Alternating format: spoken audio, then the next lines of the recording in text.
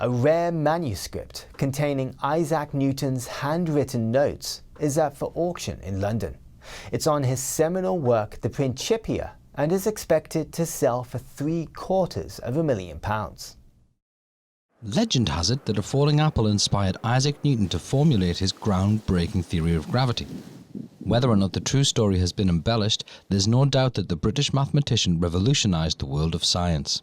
Now, a little piece of his work is going up for auction at Christie's in London. This manuscript contains his handwritten notes on his most important publication, the Principia.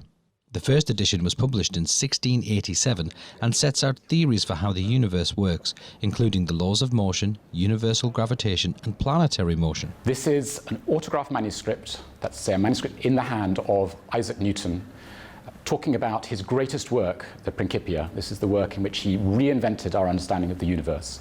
He's working here on a second edition of the Principia, revising, improving, expanding what he'd said in the first edition. This unpublished paper consists of Newton's revisions and corrections and was an expected second edition of the work. The manuscript shows a return to form after a difficult period in his life. He had a complex personality, and the year before this, in 1693, we know that he had a complete nervous breakdown. He suffered from bouts of paranoia, he couldn't sleep.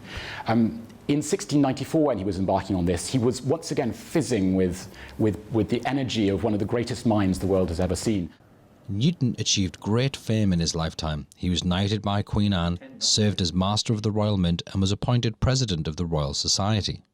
I think Newton's Principia changes the way people look at the universe, and there's nothing quite like it until Einstein's work into the 20th century. Despite attempts to refine the Principia, it wasn't until 1713 that a second edition was released. Christie's says documents like this rarely come to market. It will be auctioned as a part of Christie's Classic Week on July 8th.